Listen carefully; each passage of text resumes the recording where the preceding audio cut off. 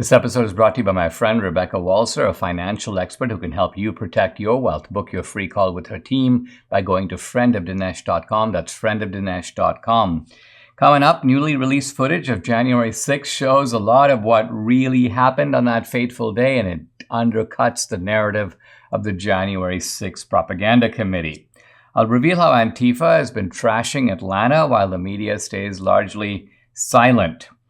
I'm going to look at AOC's behavior at the Met Gala, for which she's being investigated. It's kind of a window into the psychology of the left. An entrepreneur and podcaster, Robert C. Smith, joins me. He's going to explain why Virginia Law School needs to return his family's large donation. This is the Dinesh D'Souza Show.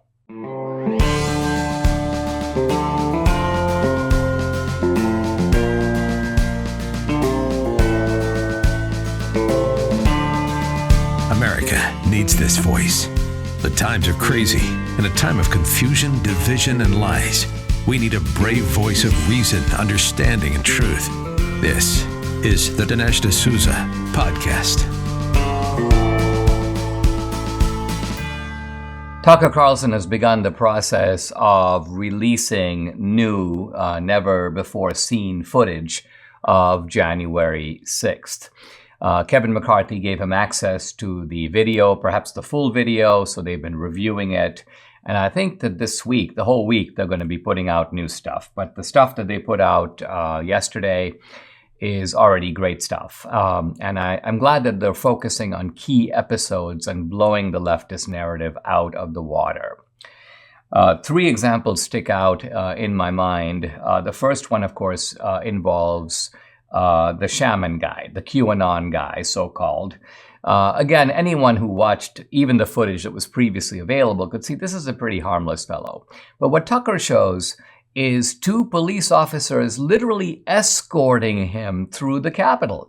They go from corridor to room. In one case, the officers even give him open the door so that the guy can go in. They ultimately lead him into the chamber, where we then saw the footage of him kind of prancing around.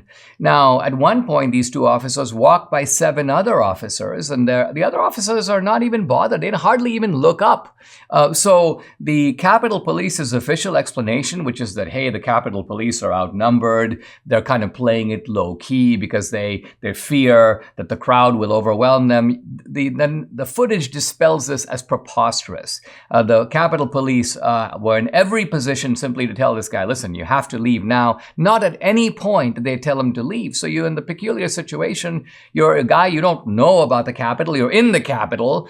You're obviously, in the case of this guy, something of an eccentric or maybe even a kook. And the police are themselves sort of showing you around. It's almost like you're a tourist. And yet this is a guy getting, 4 years in prison for this? This is outrageous. This is a scandal. Number 2, we see footage never seen before of Brian Sicknick. And what's telling is this. We see Brian Sicknick at a time when he's supposed to be dead. So media reports that are put out actually initially by the U.S. government say Brian Sicknick was killed. New York Times, of course, falsely said he was killed with a fire extinguisher. But, and we've known that this Brian Sicknick narrative that they put out, and they put it out for a purpose. They wanted to show that the Trumpsters were the violent ones. We know now that that's not true. In fact, the only people killed, and I say people because it wasn't just Ashley Babbitt, but also Roseanne Boyland, were killed by the police shooting them or beating them. And but the narrative had to be that a cop was brutalized, and Sicknick became that candidate. But we've never seen Sicknick at the time when the Democrats said that Sicknick was killed. So it's very telling that we now can. Number 3, the left says that Josh Hawley was, quote, running for his life. And they show a video, and you see the video for only like 1.5 seconds, and Hawley appears to be running across a hallway. And the idea was, hey, here Hawley helped to foment this insurrection. Now, ha ha ha ha ha. And you can see the media and the sort of Capitol Hill types all chuckling in a public video that the Democrats put on. The January 6th committee, of course, made a big deal of this. But Tucker shows that, first of all, the Capitol Hill police were ushering the senators and the congressmen out of the building. Hawley was in a larger group. It's just that he was the last guy in the group. So the January 6th committee selectively edited the footage, removed all the other people, only showed a couple of seconds with Hawley as if he alone was running for his life, whereas in fact, he's first of all not even leaving of his own volition. The Capitol Police are like, come on, get out of here, get out of here. And so Hawley's merely doing what he's told by the Capitol Hill Police, and this is now falsely portrayed. Now, the important point here is the January 6th committee knows all this. They had all this footage. So what did they do? They performed a real kind of Goebbels operation. They went through the footage and they realized, hey, listen, if we show 20 seconds, everybody will see Hawley's in a group. Let's cut all the other people out and only show Hawley. And this is going to get the media to like obediently laugh. Ha ha ha ha. Here's Josh Hawley running for his life. So again, oh, we got sick Nick. This is supposed to be after he's dead. You know what? Let's not release that footage. That's not going to make our side look good. That doesn't support our narrative. The shaman guy, in fact, they probably have all kinds of footage of the cops interacting with people, taking photos of them, smoking cigarettes because they got nothing to do. All of this is on tape. But you see what happens when you allow a kind of Goebbels operation? You get one side of the story. Nobody cross-examines. Nobody produces other footage. Nobody goes, but what about this? Or let's provide the full context for what you're showing. Yeah, this guy seems to be pushing back at the cops, but isn't it true that the cops basically hit him with spray first, or they started punching him without provocation, and then he begins to push back. So at the very least, we need to know what the full situation really is. Now, Goebbels, the great propagandist, once said that you don't judge propaganda by whether it's true or false. Good propaganda is judged by the fact that it works. People believe it, even if it's a lie. Bad propaganda is when people don't believe it. I think by this standard, we have to say that the January 6th committee was a Goebbels-like operation, and they produced good propaganda. I'm nominating Liz Cheney and Adam Kinzinger for the Goebbels Prize. I think they have to probably share it because probably Cheney is the real winner, but Kinzinger was obviously a willing kind of Goebbels sidekick. So the two of them need to jointly be given this award, and I'd be happy to administer an appropriate ceremony if they will agree to accept the award. Now, some conservatives are saying in response to all this that, see, we told you it's not an insurrection. See, we told you these people aren't domestic terrorists. And I think this is kind of misses the point of why the left calls them these things, why they use these names. They use these names not because they think it's an insurrection. They actually know it's not also. They don't use domestic terrorists just because they're exaggerating. Oh, it's political hyperbole. No. They're doing it to demonize these people, to dehumanize them, to make them targets for to make them targets for charges of sedition and conspiracy, to lock them up for years. In other words, the left calls the January 6th protesters domestic terrorists for the same reason that, say, Stalin called the kulaks parasites, because he wanted to kill them. And Hitler called the Jews vermin because he wanted to make them wear the Star of David and segregate them and ruin their lives.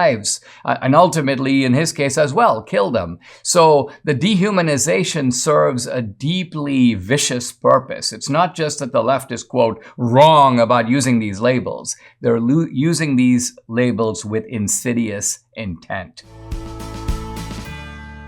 Debbie and I are really enjoying our new MyPillow pillows, and I got to tell you about them. When you thought it couldn't get any better, Mike Lindell and MyPillow have launched MyPillow 2.0. Now, when Mike first invented MyPillow, it had everything you would want in a pillow, but now nearly 20 years later, Mike Lindell has discovered a new technology that makes MyPillow even better. The MyPillow 2.0 has all the patented adjustable fill of the original MyPillow, but now with the brand new fabric that's made with a temperature-regulating thread, the MyPillow 2.0 is the softest, smoothest, and coolest pillow you'll ever own. Say goodbye to tossing and turning, flipping your pillow over in the middle of the night. And more great news on the MyPillow 2.0 front. Buy one, get one free. This offer with promo code Dinesh. The MyPillow 2.0, machine washable and dryable, made in the USA, 10-year warranty, 60-day money-back guarantee. So go ahead and order. Call 800-876-0227. That number, 800-876-0227. Lots of other products available there for deep discounts. So just go to mypillow.com, but don't forget to use the promo code. That's DINESH, Dinesh. There was a riot in Atlanta on Sunday.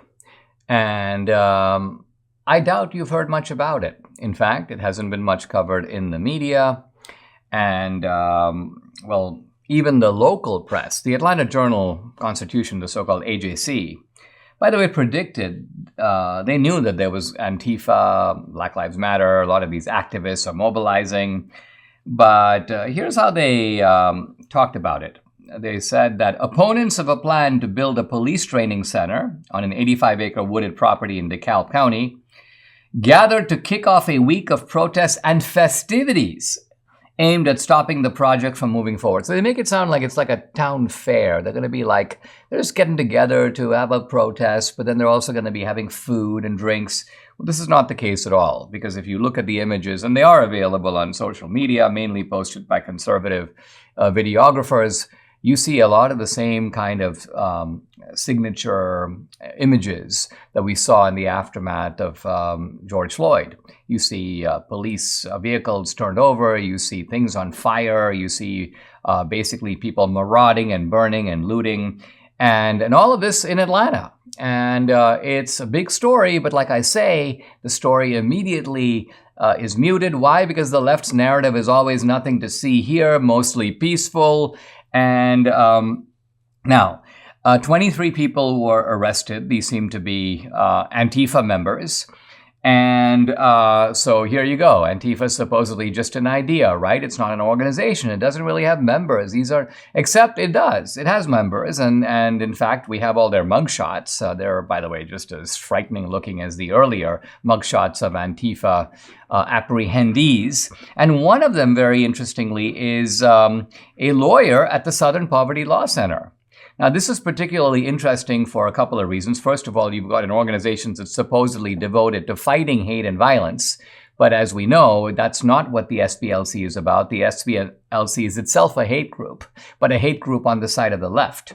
And so they promote violence. And not surprisingly, this Tom Jurgens guy, by the way, if you look at his bio on LinkedIn, he's a clean-cut guy with a tie, a navy blue blazer. But then if you look at his mugshot, he looks like, Che Guevara, a little unshaven mustache and beard, hair kind of straggling down. And a sulky look on his face, like, what are you going to do to me? So, and the SPLC has put out a statement basically, we'll continue to urge de-escalation. We're against, and then they talk about condemning police force against Black, Brown, and Indigenous communities. Well, wait a minute.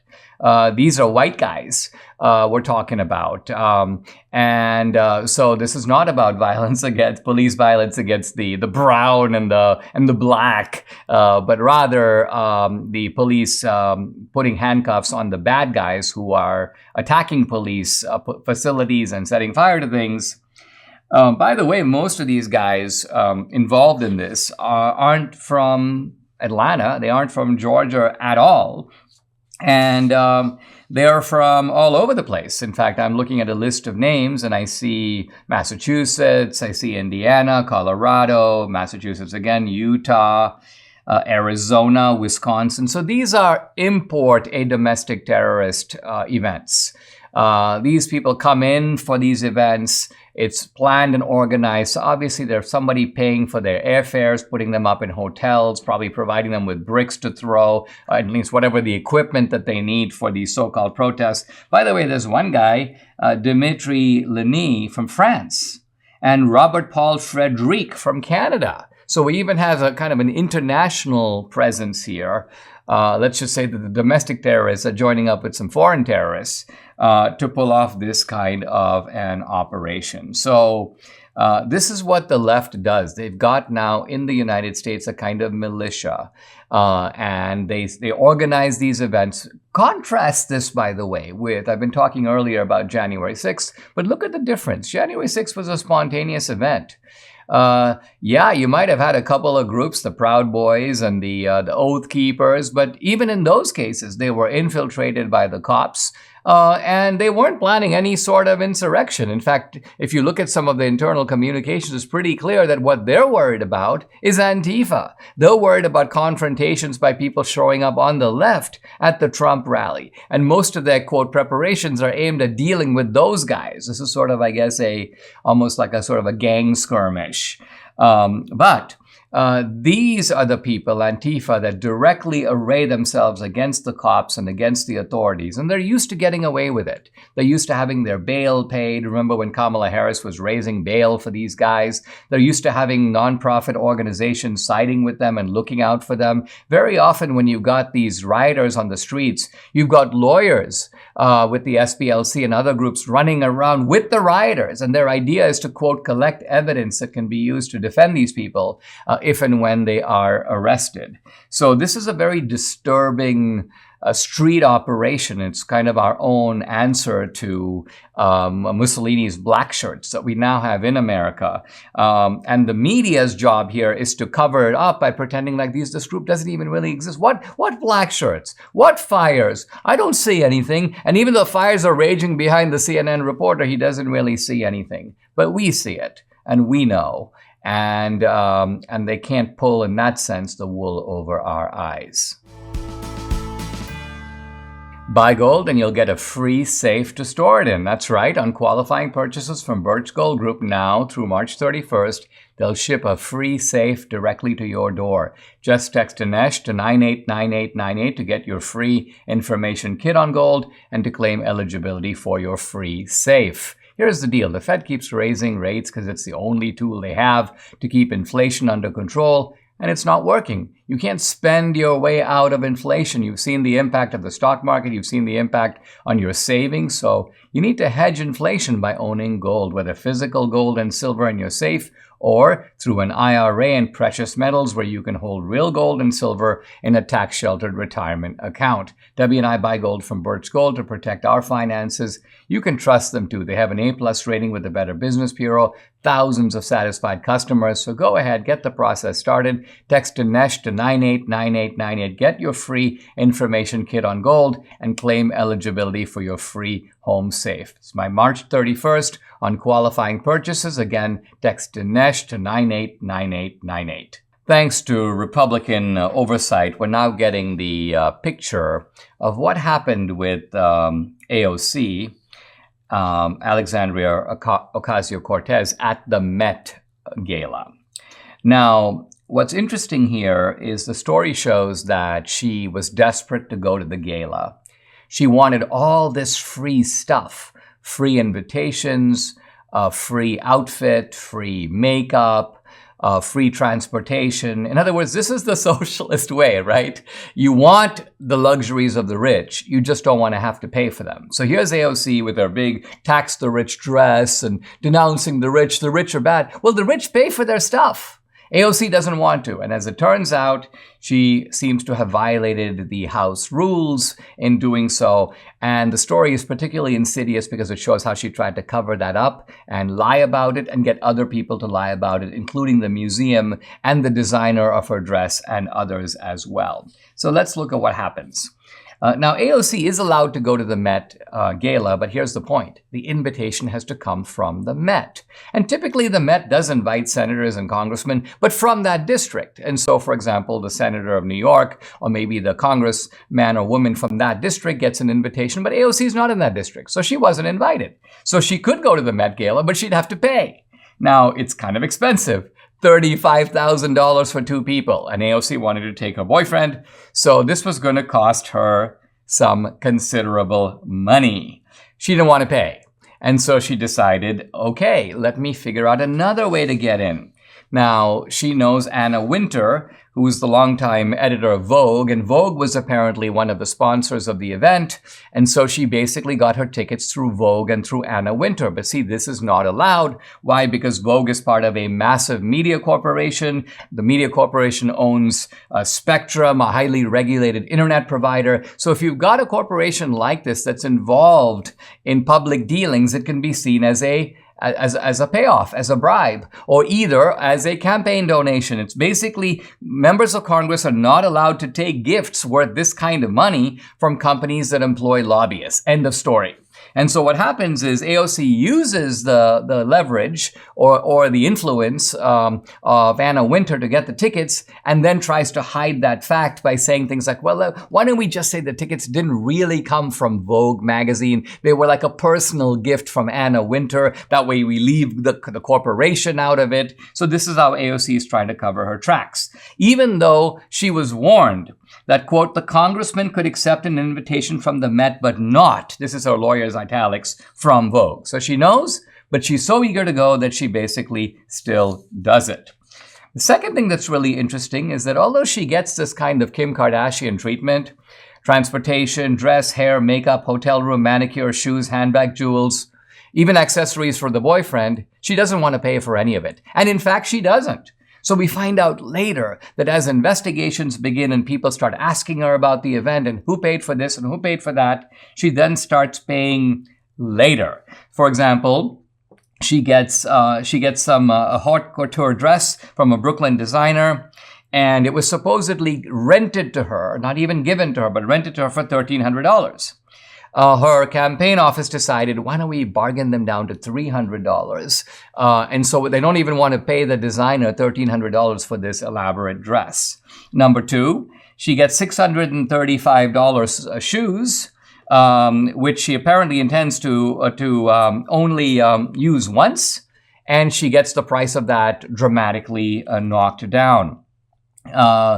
Another time she writes to the dress designer, this is an AOC staffer, saying, hey, listen, we need some stuff for the boyfriend. And she goes, quote, there's no restriction on Riley, by the way. What's AOC saying? She's saying, listen, there are some restrictions on me, so we kind of have to be careful. But you can give as much free stuff as you want to the boyfriend because he's not under the same rules. So you can see here, again, the socialist habit where free, free, free. We sometimes think that socialists are only providing entitlements to the ordinary guy so they can get their votes. Hey, listen, I'll give you free stuff so you can then vote for me. But notice that even the socialists that have money, that are well paid, that are in this case sitting in Congress, are trying to get free invitations, free outfits, free shoes, free jewelry. So I don't know what's going to happen to this, but I think it's really important for the House to crack down on this scoundrel, AOC, at the very least hit her with an ethics violation and an ethics penalty. I'm really glad at the very least that the information showing her to be a glaring hypocrite is now out. Debbie and I gained some weight, well, not telling you how much, too much, during COVID, and we had a choice. Well, hey, either go down the fat affirmation route or start dropping some pounds. We started the PhD weight loss and nutrition program 4 weeks ago. Debbie has already lost more than 6 pounds, and I'm down 13. The program is based on science and nutrition, no injections, no pills, no hours in the gym, no severe calorie restriction, just good, sound, scientifically proven nutrition. It's so simple, they actually make it easy by providing 80% of your food at no additional cost. They tell you when to eat and what to eat. And guess what? You can do this without ever being hungry. The founder, Dr. Ashley Lucas, has her PhD in chronic disease and sports nutrition and is a registered dietitian. She spent her whole life helping people lose weight, get healthy, and most importantly, maintaining that weight loss for life. If you're ready to lose that excess weight for the last time, call PhD Weight Loss and Nutrition. Here's the number, 864-644-1900. Or find them online at myphdweightloss.com. Again, the number to call, 864-644-1900. Guys, I'm happy to welcome to the podcast a new guest. His name is Robert C. Smith. He's the managing partner of Chartwell Capital Advisors. He's the host of the Rob is Right podcast. He's a graduate of the University of Richmond Law School. And he happens to be the great-great-grandson of a man named T.C. Williams, who was the original benefactor for the University of Richmond Law School. And you'll see why I'm mentioning this. Rob, welcome to the podcast. By the way, the website, robisright.com. Great to have you. And I got to say, I talked about the University of Richmond Law School on the podcast. This is probably a few weeks ago when I saw some news reports about it. And basically, your great-great-grandfather was the largest, if not one of the largest donors to the school. The school named the law school after your great-great-grandfather, as I understand it. And then they decided to cancel him. Talk a little bit about the process that led to that, how you found out about it, were you involved in that process? Talk about how this stuff happens. Sure. Well, I'd like to just say that the Williams family were the greatest benefactors for the University of Virginia over a number of generations, starting in about 1840. But I went to law school there. And by the way, it was a very hard law school back when I went there. We had the highest bar rates in the state. Now that it's gone woke, they had the lowest bar passage rates in the state. But I got a call from the president of the University of Richmond, I think it was September 24th, telling me that they were denaming the law school. And I guess he called me because I'm a graduate. And he told me it was because T.C. Williams had a connection to slavery. And there was a 5 o'clock press release, of course, virtue signaling press release, already scheduled. Now, the University of Richmond, I didn't know this. I wasn't keeping up with all this, but they had this denaming process, which, by the way, is kind of smacks of the Taliban or the Soviet Union rewriting history. But they had this process, and family members were supposed to be included in that process. And of course, we weren't. And, Dinesh, the Williams family were great people. They were fervent Baptist, and the school had a Christian founding, and they really gave their lives to the school. They served on the board. They rescued the school from bankruptcy several times. And to be treated like this, I think, dishonors my family and also dishonors everybody else who contributed to universities by just canceling them. The school would not be there but for the benevolence of the Williams family. Now, may I ask you this, Rob? I mean, for the left, they think virtue signaling is free. In other words, they think that it gives them a sort of posture of moral superiority. I think you have a remarkable opportunity here to make them pay for this virtue signaling. You wrote a letter, as I understand it, to the president, basically saying, okay, listen, if you don't want to be associated with our family and with my ancestor, why don't you give us the money back? And that just seems, morally speaking, to be a fair deal, right? In other words, if he's such a bad guy, why keep his dough while removing his name? So have they replied to you? Have they responded to your very sane suggestion? No, they have not. My brother's helping me out with this, and he's written to the president 25 times. And he said, let us put on a defense of our family. And they have not gotten back to us. And of course, you're exactly right. If the Williams name is tainted, just give back the money. If you're so virtuous and pious, you're better than all these people who devoted themselves during the 19th century, then give the money back, because obviously the money is tainted. But of course, they won't do that. They won't even talk to us. That's amazing. I wonder if you should just consider a lawsuit. I mean, even if your ancestors' donations were not conditional, this will put the whole virtue signaling enterprise on trial, and I think it will expose the hypocrisy of these people. These are people sort of like, they have all these art treasures. They're claiming, oh, these were Nazi treasures. These were stolen by the Nazis. But guess what? We're going to keep them while we're going to issue a strongly worded resolution against Nazism while hanging on to the Nazi art treasures. That's exactly right. And, Dinesh, after we got involved in this, my thought was, okay, let's compare the virtue of the Williams family with the virtue of the current administration, the board of trustees, and the faculty of the University of Richmond. and let's let the public decide who's more virtuous, who was a better man. And what we have dug up, what they teach at the University of Richmond these days, it has gone completely neo-Marxist woke. We have found a professor who is an ardent Satanist. And of course, he's in the gender studies department, which encourages students to mutilate themselves so they can become another gender, which of course they can't do. We have found a professor who is a virulent anti-Semite. In the journalism department, it's a complete joke. It's not journalism, it's activism. And one of the professors there runs a workshop to teach Antifa and Black Lives Matter folks how to riot, basically how to be a domestic terrorist.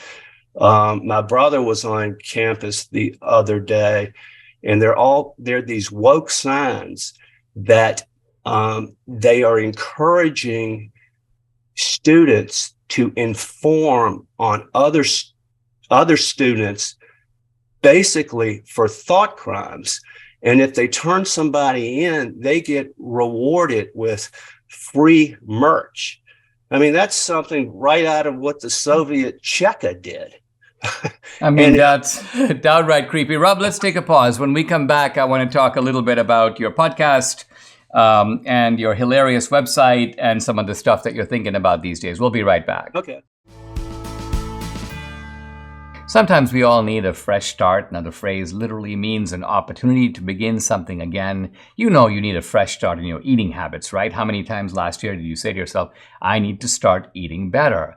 Well, Debbie and I are eating better, but you know what? Eating the recommended amount of fruits and veggies every day is almost impossible. I have a more practical and more convenient way for you to make that fresh start with Balance of Nature. Now, Balance of Nature is sourced from 31 whole fruits and vegetables. You'll get maximum nutrition with their star product, fruits and veggies in a capsule. Debbie and I take them every day, and I want you to do so also. Right now, take advantage of their New Year's offer. Balance of Nature is offering $25 off plus free fiber and spice with your first preferred order of fruits and veggies when you use discount code America. Now, the offer can end at any time, so act now. Call 800-246-8751. That's 800-246-8751, or go to balanceofnature.com. Use discount code America. I'm back with Rob Smith. He's host of the Rob is Right podcast. By the way, he's also managing partner of Chartwell Capital Advisors. We've been talking about his experience and the experience of his family with the University of Richmond Law School. Rob, let's turn to some of the stuff you're doing. You're doing a podcast. You have a website. I was a little surprised to see some stunning endorsements I didn't expect. One is from, well, none other than Donald Trump. You make the observation that Trump really owes you big because it's because of you that he was in the White House. And now you are the sole beneficiary of his will. You also point out that Gisele Bündchen, this I believe has not been widely reported, really wanted to leave her husband for you. And this was not just based upon the fact of your family wealth and so on. It's really based upon your amazing looks. That she thought that you in that department, you totally topped Tom Brady. And finally, I want to take note of the fact that you're offering, and I want to extend this to my viewers and listeners, an amazing deal Rob has on his podcast. By the way, normally it costs $25,000 a year to subscribe. But if you want to subscribe, he has a promo code for a $25,000 discount. So this is something that I'm going to take advantage of it, Rob, because what a discount, man. It's not easy to get 25 grand off anything these days. Talk a little bit about your podcast and a little bit about the tone that you use, and tell us a little bit about what are some of the subjects you cover. Well, Dinesh, I do it all for the people and my love of humanity, obviously. And, you know, I really can't help it that Gisele is attracted to me. I did nothing other than help Tom throw a better pass. And she's been all over me. Oh, my gosh. Yeah. But, you know, Dinesh, I really have no redeeming qualities at all, except I am a smartass. So you have to play to your strengths. And I really have always enjoyed learning. I've always enjoyed discussing politics and history and literature. And really, that's what my website is about. And I must say, on a serious note, my dad hit the beaches on D-Day, the Battle of the Bulge. My grandfather was in World War I. Every member of my family has served his country. I have not in that regard. And, I kind of want to protect what they fought for. I think we're in somewhat perilous times with what I would call neo-Marxism, which is grounded in hatred and jealousy. And I think we need to fight back. And I'm a smart ass, I get that. But my website has been pretty effective. We have over 1 million views a month, and I really enjoy being a smart ass and commenting on these things. Well, I think what I find really interesting, I mean, you're a smart ass. And by that, I mean, there are people who are smart asses, but they got no substance behind them. But in your case, you're interested in ideas and you cover them and you got things to say about issues of the day, but you do it in a sort of a wry tone. And I think what I find particularly effective is you take the insults of the left and you totally embrace them. So they say things like, well, you're a meanie. You want to leave widows and orphans out in the cold. And you go, that's me. That's my motto. Leave the widows and orphans out in the cold. Not to mention the fact I don't like little dogs and little cats. So I enjoy the fact that you are not intimidated by these sorts of insinuations. You embrace them. What's your technique, or what's the thinking behind pleading guilty to these contemporary offenses? It's fun pissing the left off. That's all. I mean, it's just fun. I like having fun. And substantively, they can't keep an argument with you. They're not as learned or as smart as you are. So, making them more unhinged than they already are. I mean, gosh, who wouldn't want to do that? It's extremely entertaining. See, I couldn't agree more. There are a lot of people, including my wife sometimes, she goes, Dinesh, why do you do these things? And now I can just say, for the answer to that question, I refer you to Robert C. Smith. Rob, it's been a pleasure. Thanks for joining me. I really appreciate it. Thank you, Dinesh. Thank you, Debbie, too.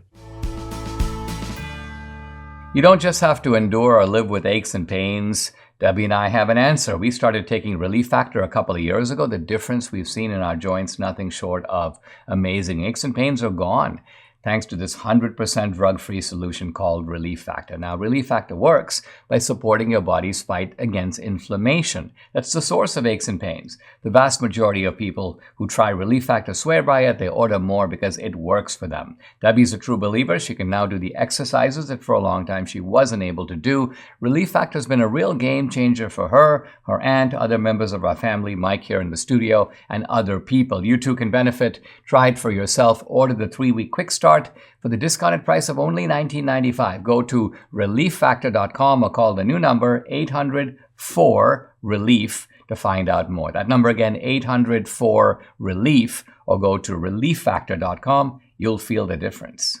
There's an interesting new report by a couple of Army officers. It's published in the Journal of the Naval Postgraduate School.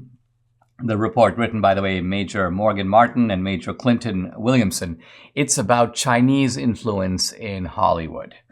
And it's a subject I've talked about on the podcast before, but there are a couple of interesting new details I want to highlight. So Hollywood desperately wants access to the huge Chinese market. And the Chinese go, okay, but you got to work in partnership with the Chinese film industry. A film industry that we don't need to say, it's obvious, has ties to and is controlled by the Chinese Communist Party and by the Chinese government. Now, it's one thing to say that when films are released in China, you have to pay attention to Chinese sensitivities. I'm assuming that as a customer, China has the right to be able to say things like, well, this is our country and we get to say what kinds of films are distributed and so on. But interestingly, the Chinese influence goes much further than that, because what the Chinese are doing is they're telling Hollywood how to remake and rewrite their films to make China look good, to remove Chinese bad characters or villains, and to add positive portraits of China. And if it may seem like there's just a single example of this, no, this report talks about 147 films that were made between 2003 and 2021 with studios in America linked to the Chinese government. And out of these, 33 of the films contain China elements that are skewed to support Beijing's official line. So in small ways and big, the Chinese now have their tentacles inside of Hollywood, and they review content and they say, no, we're not going to go with that. No, you better change this. And in some cases, we suggest you change that, but always with the idea that if you don't, we might cut you off from the lucrative Chinese market. So Hollywood, in this sense, is apparently quite willing to prostitute itself to Chinese demands and Chinese sensibilities. The authors focus on a couple of prominent examples. Disney, for example, worked closely with China Film Group Corp when they're doing the live-action 2020 Mulan remake. And they, in fact, apparently submitted the script for approval by the Chinese propaganda department. They said, we want to show it to you. We want to make sure that you're okay with it, because, of course, they wanted the film to be released in China. Other films were modified, removing elements that clashed with the Chinese view of how they should be portrayed. Apparently, the 2014 remake of RoboCop was redone. Even the 2012 film Red Dawn. Apparently, in Red Dawn, the filmmakers altered the script to turn an invading Chinese army, which would have made more sense, into an invading North Korean army. So Chinese were like, listen, if you want to have some Orientals, it's okay, just not us. Get the North Koreans instead. And the script writers were like, well, yeah, if it upsets you, we'll go with North Korea. So these may seem like relatively small alterations, but they're really not. Because what's happening is the Chinese are basically saying that negative portraits of China, even if China is America's leading adversary, it's certainly America's most dangerous adversary. The Chinese today can put, 80, 90, 100 million people on the battlefield. They have sophisticated technology. They've got a navy that's just as good, if not better, than the United States. So you've got a really threatening emerging superpower.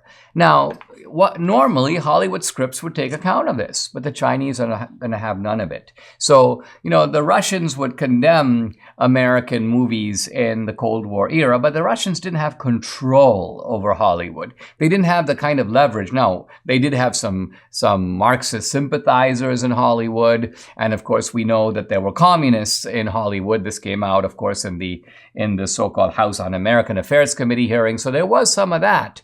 But the idea that Hollywood willingly submits to a foreign country, sends over their scripts, when movies are made, take this scene out, take that scene out, this is really remarkable. I think it goes beyond the kind of leverage that the Soviets ever had in the U.S. Film industry. Now, what should be done about all this? Well, at the very least, we should know about it. It actually would be helpful if film studios would post in when they list the credits that this film has been approved by the China Film Corporation in conjunction with the Chinese Communist Party. That way people go, oh, okay, well, we recognize that at least to a degree we're watching not a movie, we're watching Chinese or CCP propaganda. Over the past century and a half or so, modern science has become a completely secular enterprise. And what I mean by this is that supernatural explanations, transcendence, miracles are disallowed at the outset. Science is only looking at materialistic and naturalistic explanations. I want to show really how this leads to some problems for science. It leads to some problems for scientists who are forced into a kind of dogmatism or even crackpottery, embracing implausible theories because they have nowhere else to go. Let me start with a few examples. Franklin Harold, who wrote a very good book on the structure of the cell. It describes in intricate detail how the cell works like a supercomputer. And he goes on to say that these cells couldn't really have evolved because supercomputers can't evolve. Someone has to make them. So the cell comes fully formed. and the fully formed cell is the absolute prerequisite for life. Darwin doesn't even try to explain it. He takes for granted that you already have life, and then he looks at how you can get other life, how life form A can give rise to life form B. So Franklin Herald knows all this, and yet in his book he writes this: life arose here on Earth from inanimate matter. In other words, life arose from non-life by some kind of evolutionary process. Now, how does Herald know this? He doesn't. He admits it. He says, quote, "This is not a statement of demonstrable fact, but an assumption." An assumption? What? You're making an assumption that life somehow came out of non-life? Life came out of some, in other words, a stone gave rise to an amoeba? And you're saying this without a shred of evidence, and you're doing it with a straight face? Well, he has to do it. Why?